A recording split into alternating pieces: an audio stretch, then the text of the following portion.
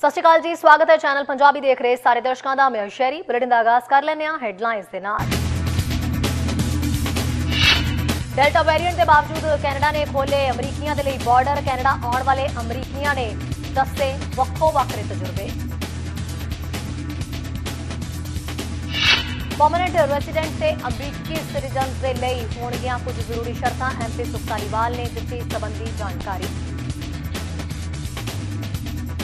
12 साल तो घट उम्र वाले बच्चों के लिए 1 दिसंबर तो BC पब्लिक ट्रांसिट की सेवा शुरू। 3,70,000 बच्चे होंगे इस मुफ्त सेवा के योग।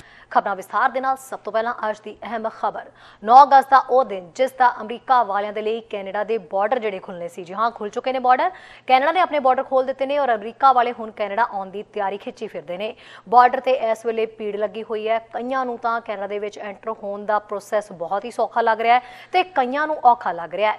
पर अज कई वो अमरीका वाले जिहड़े काफ़ी समय तो एक दूजे नूं मिल नहीं सके वो हुण मिल सकणगे ते कैनेडा वालों मंजूरशुदा वैक्सीन सारियां दे लगी होनी लाजमी है। डेल्टा वेरिएंट के बावजूद कैनेडा पूरी तरह वैक्सीनेशन वाले अमरीकी नागरिकों स्थाई निवासियों का स्वागत करता है। 17 महीनों के लंबे इंतजार तो बाद कैनेडा US सरहद के पार गैर जरूरी यात्रा ते पाबंदी नूं आखिरकार अद्धी रात नूं ढिल दी गई है। हालांकि अमरीकियों ने अजे कैनेडियन यात्रियों के लिए अपनी सरहद नहीं खोली। योग दर्शकों नूं US दे विच रहना चाहिए है ते हैल्थ कैनेडा द्वारा मंजूरशुदा टीके का पूरा कोर्स प्राप्त करन तो 14 दिन बाद इजाजत देनी चाहिए है। उन्होंने कोविड-19 के लिए 72 घंटिया तो वध पुराने एक नैगेटिव टेस्ट का प्रूफ दिखाना होगा ते अपने वैक्सीनेशन के वेरवे अपलोड करने लई अराइवकैन ऐप या ऑनलाइन वैब पोर्टल की वरतों करने की लोड़ है। बॉर्डर खोलने की मांग करने वाले लोगों के शामिल फ्लोरिडा के रहने वाले जॉन एडम्स का कहना है कि वो रस्ते दे विच ने ते एडम्स का एक घर वैनकूवर आइलैंड दे विच है। कई लोगों तो उन्होंने फोन जरिए जानकारी मिली कि वो हुण कैनेडा आ सकते हैं। इन्हां विचों तकरीबन कईयां नूं बॉर्डर पार करन दा प्रोसैस सौखा लग्या। पीस सर्च बोर्ड क्रॉसिंग ते लोग बेसब्री दे नाल इंतजार कर रहे हैं। कैनेडा के अंदर दाखिल होने के लिए कैनेडा बोर्ड सर्विसेज एजेंसी की यात्रा शाखा के उपप्रधान डेनिस ने कहा है कि एजेंसी ने बहुत कुछ सीखा है जो पिछले महीने पूरी तरह वैक्सीनेशन वाले कैनेडियन नागरिकों को अजिहियां शर्तां दे अधीन वापस आने की इजाजत दी गई सी। वेनेट का कहना है कि पहले हफ्ते दौरान लगभग अद्धे लोगों को इसलिए मोड़ना पिया क्योंकि उन्होंने हैल्थ कैनेडा द्वारा मंजूरशुदा 4 टीकों के विचों एक ही मिलिया सी या उन्होंने आखिरी शॉट तो बाद पूरे 14 दिनों तक उन्होंने इंतजार नहीं किया सी। कैनेडा ने 4 टीकों को मंजूरी दी है। Pfizer, BioNTech, Moderna, Oxford AstraZeneca shot जिसनों कोविशील्ड भी कहा जाता है ते single dose Johnson and Johnson जो कि एक विकल्प है। एस्ट्राजेनेका नूं छड्ड के बाकी सारियां नूं अमरीका दे विच मंजूरी दी गई है ते व्यापक तौर ते तैनात किया गया है। न्यूज़ डेस्क तो चैनल पंजाबी दी रिपोर्ट। अमरीका वाले जे हुण कैनेडा आ सकते हैं तो उन्होंने लिए किहड़ियां-किहड़ियां शर्तां जरूरी होणियां चाहीदियां ने उस संबंधी जानकारी दी MP सुख धालीवाल ने। सत श्री अकाल जी, सो अज की अहम खबर है कि जिहड़े अमेरिका वाले ने उन्होंने लिए कैनेडा का जिहड़ा बॉर्डर है वह खुल चुका है तो हुण अमेरिका वालियां ने भीड़ पा दी है। जाके एयरपोर्ट के उत्ते भी लैंड थ्रू भी कई यात्री आ रहे हैं जिहड़े कि कैनेडा के अपने नूं मिलना चाहते हैं। इस प्रोसैस नूं किवें कंप्लीट किया जा रहा है MP सुख धालीवाल जी साडे नाल जुड़े हुए हैं। सुख धालीवाल जी, जिवें कि अज बहुत वड्डा अनाउंसमेंट जिहड़ी सरकार ने पहले ही कर दी सी, सो अज बॉर्डर खोल दिता है, सो किवें प्रोसैस चल रहा है कि ओवरऑल सही रिपोर्ट आ रही है हुण तक? देखो, कई दिन पहला जिहड़ा सीगा गवर्नमेंट ने ऐलान किया सी कि अज दे दिन जिहड़ा सी वो बॉर्डर खुलना हैगा और उहदे विच जिहड़े ने अमेरिका के सिटीजन और जिहड़े ग्रीन कार्ड होल्डर्स ने वो अपने रिश्तेदारां नूं मिलण वास्ते जिहड़े कैनेडा च वो आ सकणगे। वो असीं खोलिया और उहदे विच रिक्वायरमेंट जिहड़ी सीगी वो ये हैगी सीगी कि मेक श्योर किया जाऊगा कि जिहड़े यात्री इत्थे आउंदे हैगे आ वो 2 हफ्ते पहला 14 दिन पहला उन्होंने दोने डोजेज जिहड़ियां ने वैक्सीनेशन दियां होईयां होणियां चाहिदियां। वो वैक्सीनेशन जिहड़ी आ जां एस्ट्राजेनेका, फाइजर, मॉडर्ना जां जॉनसन एंड जॉनसन ओहदी जिहड़ी हैगी फुल्ली वैक्सीनेटेड जिहड़े 14 दिन पहला हैगे ने उन्हां नूं जिहड़ा वो इंटर करन दित्ता जाऊ। पर जिहड़े दूसरे भी है जे वो इंटर करना चाहुंदे और नाल उन्हां नूं कोविड टैस्ट भी होना पऊ। पहला आउण तो जिहड़ा मॉडुलर कोविड टैस्ट आ वो उन्हां नूं कराउणा ही पैना हैगा ते दूसरे जिहड़े यात्री आउणगे जिन्हां ने ये वैक्सीनेशन नहीं लवाई वो जिहड़ा 14 डे का क्वारंटीन पीरियड हैगा मैंडेटरी क्वारंटीन पीरियड होटल दे विच जिहड़ा हैगा वो जिहड़ा उन्हां नूं ओह ਰਹਿਣਾ ਹੀ ਪੈਣਾ ਜੀ ਬਿਲਕੁਲ। ਸੋ ਕਈ ਕੈਨੇਡਾ ਵਾਲੇ ਨੇ ਉਹ ਡਰ ਰਹੇ ਨੇ, ਉਹਨਾਂ ਨੂੰ ਲੱਗਦਾ ਵੀ ਜਿਹੜੇ ਡੈਲਟਾ ਵੇਰੀਐਂਟ ਕਰਕੇ ਵੀ ਜਿਸ ਤਰੀਕੇ ਨਾਲ ਬਾਰਡਰ ਹੁਣ ਖੁੱਲ ਗਏ ਨੇ ਤੇ ਉਹਦੇ ਕਰਕੇ ਪ੍ਰੋਬਲਮ ਆ ਸਕਦੀ ਹੈ, ਕਿਤੇ ਮਾਮਲੇ ਫਿਰ ਨਾ ਵੱਧ ਜਾਣ ਔਰ ਇੱਥੇ ਲੋਕਡਾਊਨ ਵਾਲੀ ਜਿਹੜੀ ਹੈ ਉਹ ਸਥਿਤੀ ਨਾ ਬਣ ਜਾਏ। ਦੇਖੋ ਹਮੇਸ਼ਾ ਸਾਡਾ ਇਹੀ ਯਤਨ ਕੀਤਾ, ਜਦੋਂ ਸ਼ੁਰੂ 'ਚ ਅਮਰੀਕਾ ਦਾ ਬਾਰਡਰ ਬੰਦ ਕੀਤਾ ਸੀ ਤਾਂ ਇਹ ਮੱਦੇਨਜ਼ਰ ਰੱਖ ਕੇ ਕੀਤਾ ਸੀਗਾ ਕਿ ਕੈਨੇਡੀਅਨ ਲੋਕਾਂ ਦੀ ਸੇਫਟੀ ਤੇ ਹੈਲਥ ਜਿਹੜੀ ਆ ਉਹ ਸਾਡੇ ਲਈ ਟੌਪ ਪ੍ਰਾਇੋਰਟੀ ਹੈ। ਜਿਸ ਤਰੀਕੇ ਨਾਲ ਹੈਲਥ ਪ੍ਰੋਫੈਸ਼ਨਲਸ ਨੇ ਸਾਨੂੰ ਜਿਹੜਾ ਸੀ ਗਾਈਡ ਕੀਤਾ ਉਹ ਅਸੀਂ ਫੋਲੋ ਕੀਤਾ। ਅੱਜ ਵੀ ਜਿਹੜੇ ਹੈਲਥ ਪ੍ਰੋਫੈਸ਼ਨਲਸ ਨੇ ਸਾਡੇ ਉਹ ਵਾਚ ਕਰ ਰਹੇ ਆ ਸਿਚੁਏਸ਼ਨ ਨੂੰ। ਜੇ ਉਹਨਾਂ ਨੂੰ ਸਿਚੁਏਸ਼ਨ ਲੱਗਿਆ ਵੀ ਕੋਈ ਗੰਭੀਰਤਾ ਆ ਰਹੀ ਹੈ ਜਾਂ ਆਉਣ ਦੇ ਚਾਂਸਸ ਹੈਗੇ ਆ ਤਾਂ ਬਣਦੇ ਸਟੈਪ ਜਿਹੜੇ ਆ ਉਹ ਉੱਥੇ ਲੈ ਜਾਣਗੇ। ਪਰ ਅੱਜ ਦੇ ਸਮੇਂ ਦੇ ਵਿੱਚ, ਅੱਜ ਦੀ ਡੇਟ ਦੇ ਵਿੱਚ ਲੋਕਾਂ ਨੂੰ ਵਰੀ ਕਰਨ ਦੀ ਜ਼ਰੂਰਤ ਨਹੀਂ। ਕਿਉਂਕਿ ਤਾਂ ਹੀ ਇਹ ਹੋਇਆ ਜੇ ਕੈਨੇਡੀਅਨ ਲੋਕ ਜਿਹੜੇ ਆ 84% ਦੇ ਕਰੀਬ ਜਿਹੜੀ ਆ ਉਹ ਇੱਕ ਵੈਕਸੀਨੇਸ਼ਨ ਉਹਨਾਂ ਨੂੰ ਲੱਗ ਚੁੱਕੀ ਆ ਔਰ 72% ਤੋਂ ਉੱਤੇ ਜਿਹੜਾ ਹੈਗਾ ਉਹ ਫੁੱਲੀ ਵੈਕਸੀਨੇਟਡ ਕੈਨੇਡੀਅਨ ਜਿਹੜੇ ਨੇ ਉਹ ਹੈਗੇ ਨੇ। ਸੋ ਹੁਣ ਜਿਹੜਾ ਫਰਜ਼ ਬਣਦਾ ਕਿ ਅਸੀਂ ਉਹ ਫੋਕਸ ਕਰਨ ਦੀ ਬਜਾਏ ਜਿਹੜੇ ਲੋਕ ਰਹਿ ਗਏ, ਸਾਨੂੰ ਚਾਹੀਦਾ ਕਿ ਅਸੀਂ ਜਾ ਕੇ ਆਪਣੀ ਵੈਕਸੀਨੇਸ਼ਨ ਲਵਾਈਏ। ਕਿਉਂਕਿ ਇਹ ਆਮ ਡਾਕਟਰ ਕਹਿ ਰਹੇ ਵੀ ਜਿਨ੍ਹਾਂ ਨੇ ਵੈਕਸੀਨੇਸ਼ਨ ਲਵਾਈ ਆ ਉਹਨਾਂ ਨੂੰ ਕੋਵਿਡ ਦੇ ਚਾਂਸ, ਜਿਹੜੇ ਕੋਵਿਡ ਦੇ ਕੇਸ ਹੁਣ ਆ ਰਹੇ ਨੇ ਉਹ ਮੋਸਟਲੀ ਉਹ ਨੇ ਜਿਨ੍ਹਾਂ ਨੇ ਜਿਹੜੀ ਆ ਵੈਕਸੀਨੇਸ਼ਨ ਨਹੀਂ ਲਵਾਈ। ਪਰ ਇਹੀ ਕਾਰਨ ਹੈਗਾ ਕਿ ਜਿਹੜੇ ਬਾਹਰੋਂ ਯਾਤਰੀ ਅਮਰੀਕਾ ਤੋਂ ਆ ਰਹੇ ਨੇ ਉਹਨਾਂ ਦਾ 14 ਦਿਨ ਪਹਿਲਾਂ ਵੈਕਸੀਨੇਸ਼ਨ ਹੋਣੀ ਚਾਹੀਦੀ ਆ ਔਰ ਆਉਣ ਤੋਂ ਪਹਿਲਾਂ ਜਿਹੜਾ ਵਾ ਉਹ ਟੈਸਟ ਹੋਇਆ ਹੋਣਾ ਚਾਹੀਦਾ। ਜੀ ਬਿਲਕੁਲ। ਸੋ ਇਸ ਤੋਂ ਇਲਾਵਾ ਅਮਰੀਕਾ ਵਾਲਿਆਂ ਦਾ ਵੀ ਉਹਨਾਂ ਨੂੰ ਲੱਗਦਾ ਵੀ ਅਮਰੀਕਾ ਜਿਹੜਾ ਉਹ ਆਪਣਾ ਖੋਲ ਨਹੀਂ ਰਿਹਾ ਬਾਰਡਰ, ਕਿਉਂਕਿ ਉਹ ਆਪਣੀ ਸੇਫਟੀ ਦਾ ਧਿਆਨ ਰੱਖ ਰਹੇ ਨੇ, ਹਾਲਾਂਕਿ ਇੱਧਰ ਕੈਨੇਡਾ ਵਾਲਿਆਂ ਨੇ ਰੱਖਿਆ ਨਹੀਂ। ਸੋ ਅਮਰੀਕਾ ਦੇ ਕੋਈ ਚਾਂਸ ਹੈ ਕਿ ਦੇਖੋ ਅਸੀਂ ਇਹ ਬਿਲਕੁਲ ਗਲਤ ਹੈ ਜੇ ਅਸੀਂ ਵੀ ਕੈਨੇਡਾ ਨੇ ਸੇਫਟੀ ਦਾ ਨਹੀਂ ਰੱਖਿਆ। ਇਨਫੈਕਟ ਜਦੋਂ ਬਾਰਡਰ ਬੰਦ ਕੀਤੇ ਸੀ ਉਹ ਕੈਨੇਡਾ ਨੇ ਪਹਿਲਾਂ ਬੰਦ ਕੀਤੇ ਸੀ। ਹੁਣ ਜੇ ਕੈਨੇਡਾ ਨੇ ਬਾਰਡਰ ਖੋਲ੍ਹਿਆ ਉਹਦੇ ਵਿੱਚ ਫਿਰ ਮੇਕ ਸ਼ੋਰ ਕੀਤਾ ਗਿਆ ਕਿ ਕੈਨੇਡੀਅਨ ਦੀ ਸੇਫਟੀ ਜਿਹੜੀ ਆ ਉਹ ਸਾਡੇ ਲਈ ਟੌਪ ਪ੍ਰਾਇੋਰਟੀ ਆ, ਉਹਦੇ ਵਿੱਚ ਵੈਕਸੀਨੇਸ਼ਨ ਹੋਣੀ ਚਾਹੀਦੀ। ਅਮਰੀਕਾ ਜਿਹੜਾ ਵਾ ਤੇ ਕੈਨੇਡਾ ਦੋਨੇ ਸੋਵਰਨ ਨੇਸ਼ਨਸ ਹੈਗੀਆਂ, ਉਹ ਆਪਣੇ ਬੇਸ ਤੇ ਆਪਣੇ ਡਿਸੀਜਨ ਮੇਕ ਕਰਦੇ ਆ। ਅਸੀਂ ਕੈਨੇਡਾ ਨੇ ਆਪਣੇ ਬੇਸ, ਸਾਡੇ ਹੈਲਥ ਪ੍ਰੋਫੈਸ਼ਨਲ ਜਿਸ ਤਰ੍ਹਾਂ ਸਾਨੂੰ ਦੱਸਦੇ ਆ ਉਹ ਅਸੀਂ ਡਿਸੀਜਨ ਲਿਆ, ਉਹਨਾਂ ਦੇ ਹੈਲਥ ਪ੍ਰੋਫੈਸ਼ਨਲ ਜਿਸ ਤਰ੍ਹਾਂ ਉਹਨਾਂ ਨੂੰ ਦੱਸਣਗੇ ਉਹ ਡਿਸੀਜਨ ਜਿਹੜਾ ਵਾ ਉਹ ਲੈ ਸਕਦੇ। ਬਿਲਕੁਲ। ਸੋ ਹੁਣ ਅਗਲੇ ਮੰਥ ਦੀ ਗੱਲ ਕਰ ਲਈਏ ਤਾਂ 7 ਸਤੰਬਰ ਨੂੰ ਇੰਟਰਨੈਸ਼ਨਲ ਜਿਹੜਾ ਟਰੈਵਲ ਉਹ ਖੁੱਲਣ ਜਾ ਰਿਹਾ। ਬਹੁਤ ਸਾਰੇ ਯਾਤਰੀ ਜਿਹੜੇ ਨੇ ਉਹ ਵੀ ਕੈਨੇਡਾ ਦੇ ਵਿੱਚ ਆਉਣੇ ਨੇ, ਉਹਨੂੰ ਲੈ ਕੇ ਕਿਵੇਂ ਦੀਆਂ ਤਿਆਰੀਆਂ ਚੱਲ ਰਹੀਆਂ ਨੇ? ਦੇਖੋ ਇਹ ਤਾਂ ਹੀ ਇੰਨਾ ਲੰਮਾ ਸਮਾਂ ਪਹਿਲਾਂ ਜਿਹੜਾ ਉਹ ਅਸੀਂ ਦਿੱਤਾ ਹੈਗਾ, ਉਹਦੇ ਵਿੱਚ ਵੀ ਇੱਕੋ ਰਿਕੁਆਇਰਮੈਂਟ ਹੈਗੀ ਵੀ ਜਿਹੜਾ ਇੰਟਰਨੈਸ਼ਨਲ ਯਾਤਰੀ ਇੱਥੇ ਆਉਣਾ ਚਾਹੂਗਾ ਉਹਦੇ ਵਿੱਚ ਜਿਹੜੀਆਂ 4 ਵੈਕਸੀਨੇਸ਼ਨ ਜਿਹੜੀਆਂ ਕੈਨੇਡਾ ਵੱਲੋਂ ਅਪਰੂਵ ਆ ਉਹਨਾਂ 'ਚੋਂ ਇੱਕ ਲੱਗੀ ਹੋਣੀ ਚਾਹੀਦੀ। ਫਿਰ ਦੱਸ ਦੇਵਾਂ, ਐਸਟਰਾਜੈਨੇਕਾ, ਫਾਈਜ਼ਰ, ਮੋਡਰਨਾ ਤੇ ਜੌਨਸਨ ਐਂਡ ਜੌਨਸਨ 14 ਦਿਨ ਪਹਿਲਾਂ ਉਹਨਾਂ ਦੀ ਉਹ ਹੋਣੀ ਚਾਹੀਦੀ। ਆਉਣ ਤੋਂ ਪਹਿਲਾਂ ਉਹਨਾਂ ਦਾ ਜਿਹੜਾ ਵਾ ਉਹ ਟੈਸਟ ਜਿਹੜਾ ਵਾ ਉਹ ਜ਼ਰੂਰੀ ਆ। ਜੇ ਉਹ ਟੈਸਟ ਸੋ ਇਸ ਕਰਕੇ ਜਿਹੜੇ ਬਣਦੇ ਸਾਡੇ ਹੈਗੇ ਨੇ ਪ੍ਰੀਕਾਸ਼ਨਸ ਉਹ ਅਸੀਂ ਜਿਹੜੇ ਨੇ ਉਹ ਲੈਣੇ ਹੈਗੇ ਆ। ਮੇਕ ਸ਼ੋਰ ਕਰਾਂਗੇ ਕੈਨੇਡੀਅਨਸ ਨੂੰ ਫਿਕਰ ਕਰਨ ਦੀ ਲੋੜ ਨਹੀਂ, ਉਹਨਾਂ ਦੀ ਹੈਲਥ ਤੇ ਉਹਨਾਂ ਦੀ ਸੇਫਟੀ ਜਿਹੜੀ ਹੈ ਕੈਨੇਡੀਅਨ ਗਵਰਨਮੈਂਟ ਦੀ ਟੌਪ ਪ੍ਰਾਇੋਰਟੀ ਆ। ਉਹ ਅਸੀਂ ਪਿਛਲੇ ਸਾਲ ਦੇ ਵਿੱਚ ਦੇਖਿਆ ਜਾਵੇ ਮਾਰਚ ਤੋਂ ਅੱਜ ਤੱਕ ਡਿਲੀਵਰ ਕੀਤੀ ਆ ਔਰ ਆਉਣ ਵਾਲੇ ਸਮੇਂ ਦੇ ਵਿੱਚ ਅਸੀਂ ਉਹ ਜਿਹੜਾ ਹੈਗਾ ਉਹ ਵਚਨਬੱਧ ਆ ਕਿ ਅਸੀਂ ਉਹਨਾਂ ਨੂੰ ਉਹ ਹੈਲਥ ਐਂਡ ਸੇਫਟੀ ਜਿਹੜੀ ਉਹਨਾਂ ਦੀ ਉਹਦੀ ਰੱਖਿਆ ਜਿਹੜੀ ਅਸੀਂ ਉਹ ਦੇਵਾਂਗੇ। ਬਿਲਕੁਲ। ਧਾਲੀਵਾਲ ਜੀ, ਆਖਰੀ ਸਵਾਲ ਹੈ ਵੀ ਬਹੁਤ ਸਾਰੇ ਕੇਸਿਸ ਇਦਾਂ ਦੇ ਆਏ ਸੀਗੇ, ਸਪੈਸ਼ਲੀ ਜਦੋਂ ਇੰਡੀਆ ਤੋਂ ਬਹੁਤ ਸਾਰੇ ਲੋਕ ਆ ਰਹੇ ਸੀ, ਉਹ ਗਲਤ ਤਰੀਕੇ ਨਾਲ ਆਪਣੀ ਰਿਪੋਰਟ ਜਿਹੜੀ ਹੈ ਉਹ ਲਿਆ ਰਹੇ ਸੀਗੇ। ਹੁਣ ਜੇ ਵੈਕਸੀਨ ਦੀ ਵੀ ਗਲਤ ਰਿਪੋਰਟ ਆਉਂਦੀ ਹੈ ਜਾਂ ਕੋਈ ਕਿਸ ਤੋਂ ਇਦਾਂ ਬਣਵਾ ਲੈਂਦਾ ਹੈ, ਅਜਿਹੇ ਲੋਕਾਂ ਦੇ ਉੱਤੇ ਕਿਵੇਂ ਦਾ ਜਿਹੜਾ ਸਖਤੀ ਕੀਤੀ ਜਾ ਸਕਦੀ? ਦੇਖੋ ਤਾਂ ਹੀ ਹੁਣ ਦੇਖੋ ਜੇ ਅਸੀਂ ਕਹੀਏ ਵੀ ਅੱਜ ਅਮਰੀਕਾ ਖੋਲਿਆ, ਅਮਰੀਕਾ ਵਰਗੇ ਦੇਸ਼ ਦੇ ਵਿੱਚ ਇਹੋ ਜਿਹਾ ਕੁਛ ਨਹੀਂ ਹੈਗਾ। ਤੇ ਜਦੋਂ ਸਾਨੂੰ ਸਾਹਮਣੇ ਆਇਆ ਤਾਂ ਉਹ ਜਿਹੜਾ ਸੀਗਾ ਉਹ ਦੇਖਣ ਚ ਆਇਆ ਕਿ ਇੰਡੀਆ ਦੇ ਵਿੱਚੋਂ ਜਿਹੜੇ ਸੀ, ਜਿਸ ਤਰ੍ਹਾਂ ਤੁਸੀਂ ਕਿਹਾ 50% ਤੋਂ ਵੱਧ ਕੇਸ ਜਿਹੜੇ ਪੋਜ਼ਿਟਿਵ ਆ ਰਹੇ ਸੀ ਉਹ ਐਸੇ ਸੀ ਜਿਹੜੇ ਕੋਵਿਡ ਨੈਗੇਟਿਵ ਸੀ ਪਰ ਹੁੰਦੇ ਪੋਜ਼ਿਟਿਵ ਸੀ, ਰਿਪੋਰਟਾਂ ਗਲਤ ਬਣਾ ਕੇ ਲੈ ਕੇ ਆਉਂਦੇ ਸੀ, ਉਹਦੇ ਵਿੱਚ ਕੁਝ ਪਾਈਆਂ ਗਈਆਂ। ਉਸ ਨੂੰ ਮੱਦੇਨਜ਼ਰ ਰੱਖਦੇ ਜਿਹੜੀਆਂ ਇੰਡੀਆ ਤੋਂ ਡਾਇਰੈਕਟ ਫਲਾਈਟਸ ਕਿਉਂ ਬੰਦ ਕੀਤੀਆਂ, ਇਸੇ ਕਰਕੇ ਕਿਉਂਕਿ ਹੁਣ ਜੇ ਉਹ ਕਿਸੇ ਹੋਰ ਦੇਸ਼ 'ਚ ਹੋ ਕੇ ਆਉਣਗੇ ਤਾਂ ਉਸ ਦੇਸ਼ ਦੇ ਵਿੱਚ ਉਹ ਜਿਹੜਾ ਇਹੋ ਜਿਹੀ ਧਾਂਦੜੀ ਆ ਉਹ ਨਹੀਂ ਮਚਾ ਸਕਣਗੇ। ਸਿਰਫ ਤੇ ਸਿਰਫ ਜਿਹੜਾ ਜੈਨੂਅਨ ਟੈਸਟ ਹੈਗਾ ਉਹ ਫਿਰ ਨਾਲ ਦੂਸਰੀ ਗੱਲ ਹੋਰ ਆ, ਅਸੀਂ ਇਹ ਵੀ ਨਾਲ ਸਿਕਿਉਰਿਟੀ ਪੈਦਾ ਕੀਤੀ ਵੀ ਜੇ ਹੁਣ ਉਹ ਜਿਹੜਾ ਲਾਸਟ ਡੈਸਟੀਨੇਸ਼ਨ ਆ ਉੱਥੋਂ ਟੈਸਟ ਕਰਵਾ ਕੇ ਆਉਣ, ਨਾਲ ਹੀ ਇੱਥੇ ਉਤਰਦਿਆਂ ਦਾ ਵੀ ਉਹਨਾਂ ਦਾ ਟੈਸਟ ਹੁੰਦਾ ਸੀ ਤਾਂ ਮੇਕ ਸ਼ੋਰ ਕੀਤਾ ਜਾਂਦਾ ਸੀ ਉਹ ਨੈਗੇਟਿਵ। ਜਦੋਂ ਤਾਈਂ ਉਹ ਨੈਗੇਟਿਵ ਨਹੀਂ ਸੀ ਆਉਂਦਾ ਉਦੋਂ ਤਾਈਂ ਉਹਨਾਂ ਨੂੰ ਜਿਹੜਾ ਸੀ ਉਹ ਘਰੇ ਨਹੀਂ ਸੀ ਭੇਜਿਆ ਜਾਂਦਾ, ਉਹਨਾਂ ਨੂੰ ਹੋਟਲ ਦੇ ਵਿੱਚ ਹੀ ਜਿਹੜਾ ਸੀ ਉਹ ਰੱਖਿਆ ਜਾਂਦਾ। ਜੀ ਬਿਲਕੁਲ। ਸੋ ਆਖਰੀ ਮੂਮੈਂਟ ਤੇ ਕੁਝ ਕਿਸੇ ਨੂੰ ਅਪੀਲ ਕਰਨਾ ਚਾਹੋਗੇ, ਕੁਝ ਕਹਿਣਾ ਚਾਹੋਗੇ? ਇੱਕੋ ਹੀ ਅਪੀਲ ਹੈਗੀ ਆ ਕਿ ਦੇਖੋ ਅੱਜ ਅਸੀਂ ਵਾਅਦਾ ਕੀਤਾ ਸੀ ਵੀ ਸਤੰਬਰ ਦੇ ਐਂਡ ਤੱਕ ਅਸੀਂ ਜਿਹੜੀਆਂ ਨੇ ਉਹ ਹਰ ਇੱਕ ਕੈਨੇਡੀਅਨ ਨੂੰ ਜਿਹੜੀ ਆ ਉਹ ਬਣਦੀ ਡੋਜ਼ ਮੁਹੱਈਆ ਕਰਾਵਾਂਗੇ।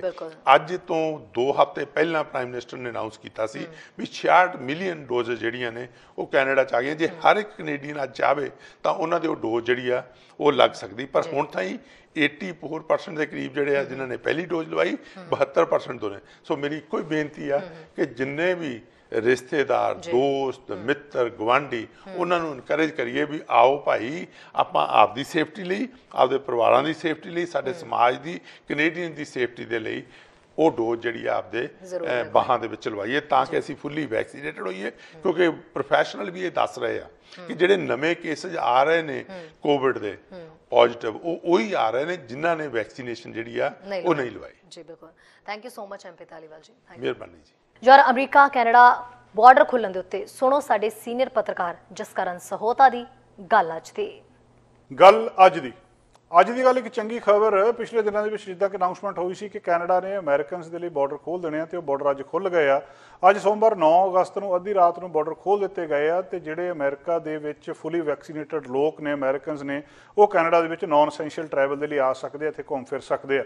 ਹਾਲਾਂਕਿ ਇਧਰਲੇ ਪਾਸਿਓਂ ਉਧਰ ਜਾਣ ਲਈ ਅਲਾਉਡ ਨਹੀਂ ਆ। ਕੈਨੇਡਾ ਦੇ ਲੋਕ ਕਿਸੇ ਵੀ ਜ਼ਰੂਰੀ ਕੰਮ ਤੋਂ ਬਿਨਾਂ ਨਾਨ ਐਸੈਂਸ਼ੀਅਲ ਟਰੈਵਲ ਦੇ ਲਈ ਅਮਰੀਕਾ ਨਹੀਂ ਜਾ ਸਕਦੇ ਜਿੰਨਾ ਚਿਰ ਕਿ ਕੋਈ ਜ਼ਰੂਰੀ ਕੰਮ, ਕੋਈ ਐਸੈਂਸ਼ੀਅਲ ਬਿਜ਼ਨਸ ਟਰੈਵਲ ਨਹੀਂ ਹੁੰਦਾ।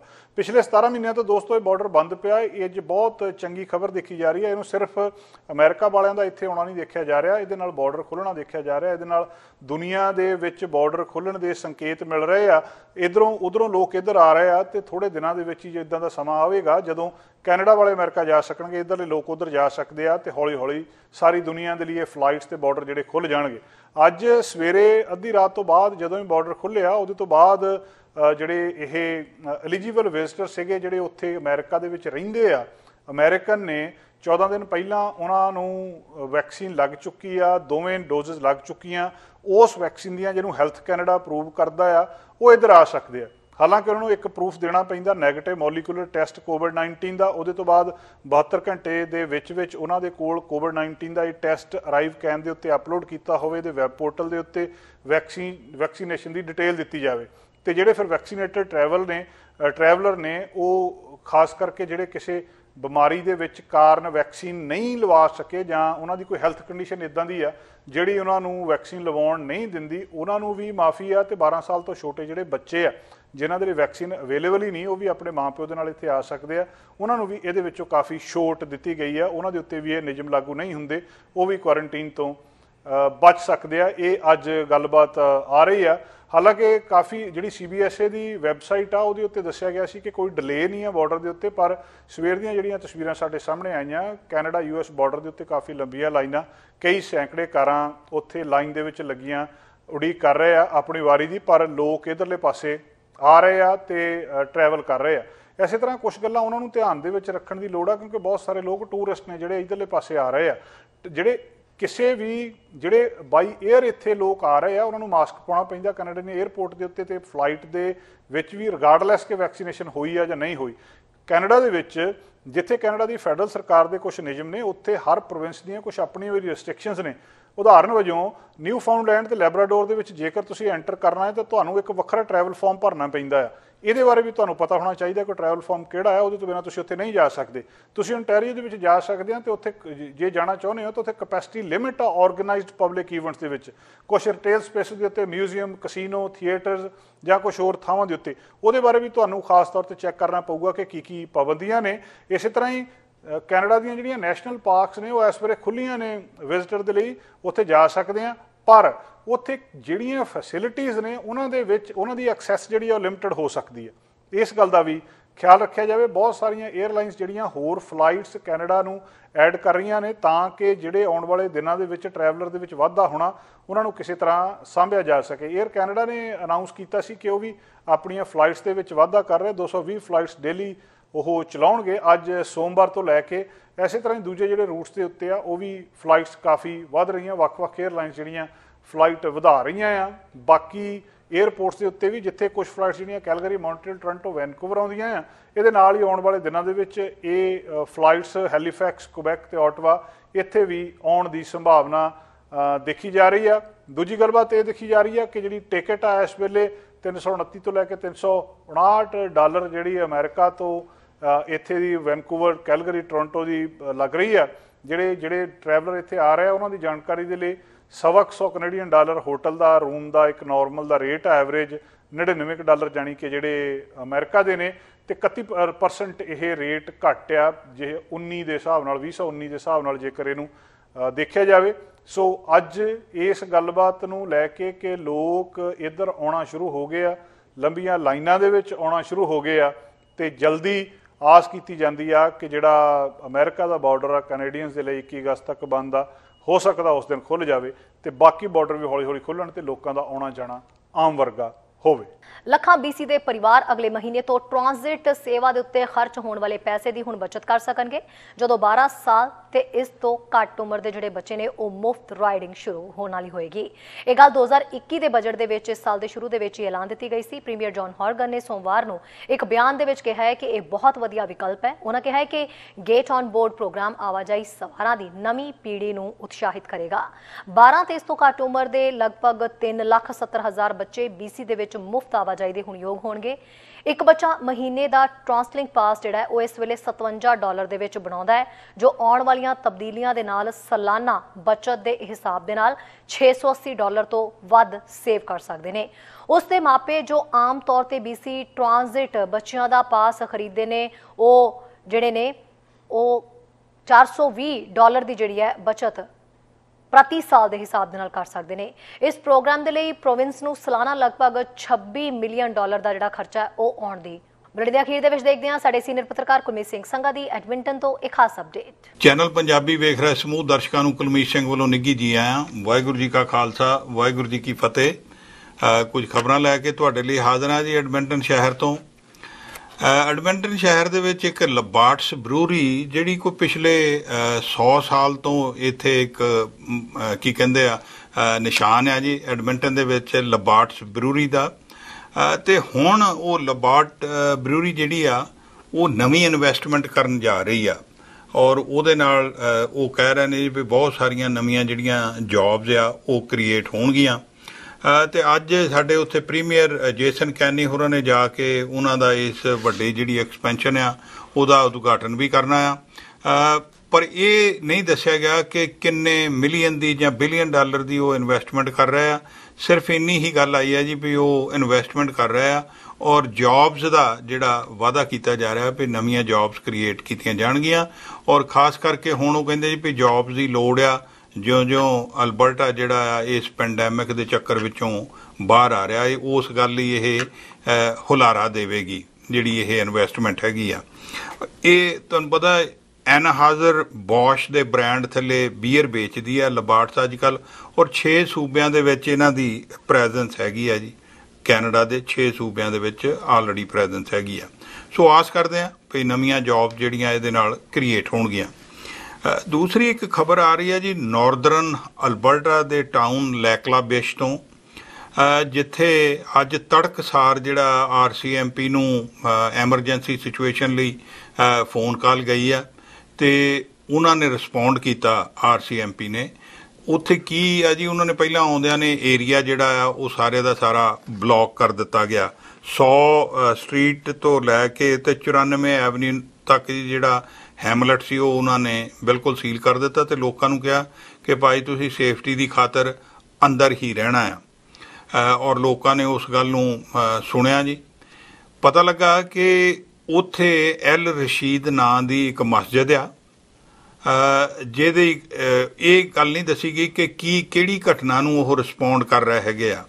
ਉਹਨਾਂ ਨੇ ਕਿਹਾ ਸੀ ਕਿ ਐਨ ਇਵੈਂਟ ਇਜ਼ ਹੈਪਨਿੰਗ ਕਿ ਯਾਨੀ ਕੁਝ ਨਾ ਕੁਝ ਹੋ ਰਿਹਾ, ਪਰ ਉਹਨਾਂ ਦੱਸਿਆ ਨਹੀਂ RCMP ਨੇ।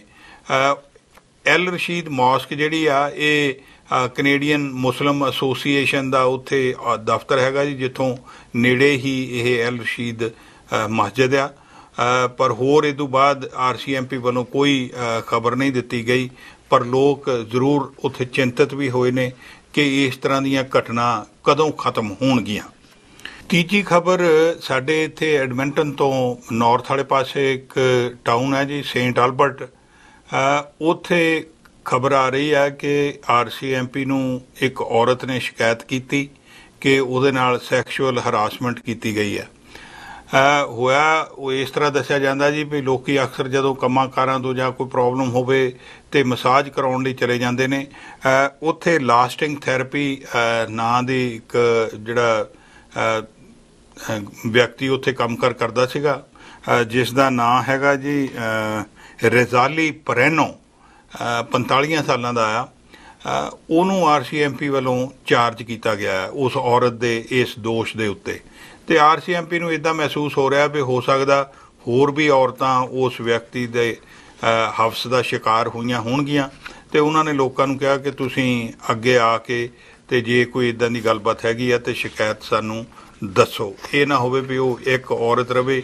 ਕਈ ਵਾਰੀ ਹੁੰਦਾ ਜੀ ਵੀ ਉਹਨਾਂ ਚੀਜ਼ਾਂ ਨੂੰ ਪ੍ਰੂਵ ਕਰਨ ਲਈ ਬੜੀ ਮੁਸ਼ਕਲ ਹੋ ਜਾਂਦੀ ਹੈ। ਉਹ ਕਹਿੰਦੇ ਅਗਰ ਕੋਈ ਹੋਰ ਹੈ ਤੇ ਉਹਨਾਂ ਨੂੰ ਜ਼ਰੂਰ ਅੱਗੇ ਆਉਣਾ ਚਾਹੀਦਾ। ਤੇ ਇੱਕ ਹੋਰ ਖਬਰ ਜੀ, ਜਿਹੜੀ 2 ਦਿਨ ਪਹਿਲਾਂ ਤੁਹਾਨੂੰ ਪਤਾ ਸਾਡੇ ਇੱਥੇ ਬਿਜਲੀ ਕੜਕਦੀ ਆ। ਜਦੋਂ ਪਹਿਲਾਂ ਤਾਂ ਬਾਰਿਸ਼ ਹੋਈ ਨਹੀਂ, ਇੱਕ ਕਿਸਮ ਦਾ ਕਹਿ ਲਓ ਸੋਕਾ ਹੀ ਪਿਆ ਆਇਆ ਸੀਗਾ, ਤੇ ਹੁਣ ਜਦੋਂ ਬਾਰਿਸ਼ ਤੇ ਹਵਾਵਾਂ ਤੇਜ਼ ਚੱਲੀਆਂ ਨੇ ਨਾਲ ਦੀ ਨਾਲ ਬਿਜਲੀ ਵੀ ਡਿੱਗੀ ਆ। ਔਰ ਇੱਕ ਵਿਅਕਤੀ ਈਨ ਟਿਪਟਨ ਤੇ ਲੀਜ਼ਾ ਬਲੈਨਸ਼ਾਰਡ, ਇਹ ਬੜੇ ਕੀਮਤੀ ਘੋੜੇ ਪਾਲਦੇ ਨੇ ਜੀ। ਜਦੋਂ ਇਹ ਬਿਜਲੀ ਡਿੱਗੀ ਆ ਉਹਦੇ ਨਾਲ ਕੀ ਹੋਇਆ ਜੀ, ਉਹਨਾਂ ਦੇ ਕੋਲ 14 ਘੋੜੇ ਨੇ ਟੋਟਲ। ਉਹਨਾਂ ਘੋੜਿਆਂ ਵਿੱਚੋਂ 2 ਉਹਨਾਂ ਦੇ ਕੀਮਤੀ ਘੋੜੇ ਜਿਹੜੇ ਆ ਉਹ ਇਸ ਬਿਜਲੀ ਡਿੱਗਣ ਨਾਲ ਮਾਰੇ ਗਏ। ਅੱਛਾ, ਉਸ ਜਦੋਂ ਉਹ ਘੋੜੇ ਮਰਦੇ ਨੇ ਉਹਨਾਂ ਤੋਂ ਬਾਅਦ ਉਹਨਾਂ ਨੂੰ ਉੱਥੇ ਦਫਨਾਇਆ ਜਾਂਦਾ, ਔਰ ਜਿਹੜੇ ਬਾਕੀ ਦੇ ਘੋੜੇ ਆ ਜੀ ਉਹ ਬੜੇ ਸਹਿਮੇ ਹੋਏ, ਉਦਾਸ। ਤੇ ਜਿੱਥੇ ਉਹ ਮਿੱਟੀ ਦਾ ਢੇਰ ਲੱਗਾ, ਜਿੱਥੇ ਉਹਨਾਂ ਨੂੰ ਦਫਨਾਇਆ ਗਿਆ, ਉਹ ਘੋੜੇ ਵਾਪਸ ਉੱਥੇ ਆ ਕੇ ਖੜੇ ਹੋ ਜਾਂਦੇ ਨੇ। 2 ਘੋੜੇ ਖਾਸ ਕਰਕੇ ਉਹ ਕਹਿੰਦੇ ਜੀ 24 ਘੰਟੇ ਉੱਥੋਂ ਹਿੱਲੇ ਹੀ ਨਹੀਂ। 24 ਘੰਟੇ ਉੱਥੇ ਉਹ ਇਸ ਗੱਲ ਦਾ ਦੁੱਖ ਮਨਾਉਂਦੇ ਰਹੇ। ਉਹਨਾਂ ਨੇ ਉਹ ਜਗ੍ਹਾ ਉੱਥੇ ਹੀ ਉਹਨਾਂ ਨੂੰ ਦਫਨਾਇਆ ਜੀ ਜਿੱਥੇ ਉਹ ਡਿੱਗੇ ਸੀਗੇ, ਯਾਨੀ ਕਿ ਬਿਜਲੀ ਦੇ ਨਾਲ ਜਿੱਥੇ ਉਹਨਾਂ ਦੀ ਮੌਤ ਹੋਈ ਉੱਥੇ ਹੀ ਉਹਨਾਂ ਨੂੰ ਦਫਨਾ ਦਿੱਤਾ ਗਿਆ। ਤੇ ਦੂਸਰੇ ਘੋੜੇ ਉਹ ਜਿੱਦਾਂ ਇਨਸਾਨ ਆ ਜੀ ਦੁੱਖ ਮਨਾਉਂਦੇ, ਇਸੇ ਤਰ੍ਹਾਂ ਹੀ ਉਹਨਾਂ ਦਾ ਦੁੱਖ ਮਨਾ ਰਹੇ ਨੇ। ਤੇ ਉਹ ਜਿਹੜਾ ਘੋੜੇ ਪਾਲਦਾ ਜੀ ਉਹ ਵੀ ਉਹ ਫੋਰਡ ਟਰੈਕਟਰ ਵਾਲੀ ਗੱਲ ਹੋਈ ਕਿ ਉਹਦੇ 2 ਘੋੜੇ ਵਿਚਾਰੇ ਦੇ ਜਾਨੋਂ ਜਾਂਦੇ ਰਹੇ। ਚੈਨਲ ਪੰਜਾਬੀ ਲਈ ਕੁਲਮੀਤ ਸਿੰਘ ਸੰਘਾ, ਐਡਮਿੰਟਨ। ਸੋ ਖਬਰਾਂ ਤੇ ਜਾਣਕਾਰੀਆਂ ਦਾ ਸਿਲਸਿਲਾ ਫਿਲਹਾਲ ਇੱਥੇ ਮੁੱਕਦਾ। ਨਵੀਆਂ ਤੇ ਤਾਜ਼ਾ ਖਬਰਾਂ ਲੈ ਕੇ ਫਿਰ ਤੋਂ ਹਾਜ਼ਰ ਹੋਵਾਂਗੇ। ਇਜਾਜ਼ਤ ਚਾਹੁੰਦੇ ਹਾਂ। ਧੰਨਵਾਦ। ਸਾਡਾ ਹਰ ਇੱਕ ਪ੍ਰੋਗਰਾਮ ਦੇਖਣ ਤੇ ਸਾਡੇ ਨਾਲ ਜੁੜਨ ਲਈ ਸਬਸਕ੍ਰਾਈਬ ਕਰੋ ਚੈਨਲ ਪੰਜਾਬੀ ਤੇ ਨੋਟੀਫਿਕੇਸ਼ਨ ਲਈ ਬੈਲ ਆਈਕਨ ਵਾਲੇ ਬਟਨ ਤੇ ਕਲਿੱਕ ਕਰੋ।